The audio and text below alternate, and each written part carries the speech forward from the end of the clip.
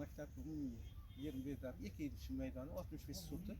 Bu yerga bugun mana shu ustozlar bog'ini yaratish maqsadida 220 dan oshiqroq kenagas bodom ko'chatlarini, o'sha yong'oq ko'chatlarini ekdik. Kelajakda mana shu farzandlarimizga bu chetdan tarbiya olib, bog'ni o'zimiz yaratib, uylarda, xonadonlarda, mahallalarda o'rnak bo'lish uchun o'zimiz ustozlar bog'ini yaratdik.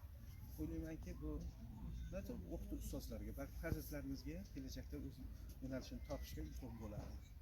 Bundan tashqari, mana shu maktabning atrofida 2000 tadan oshiq terak ko'chatlar ekkanmiz.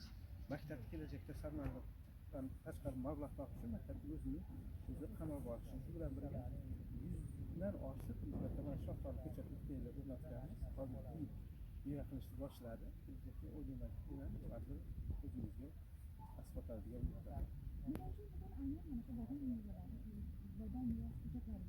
Avvalo bodom ko'chati bu ko'proq xaridor bodom ko'chatlari ham tuprog'imizda mana shu iqlimimizda mana shunga mos keladi. Shuning uchun asosan bodom ko'chatini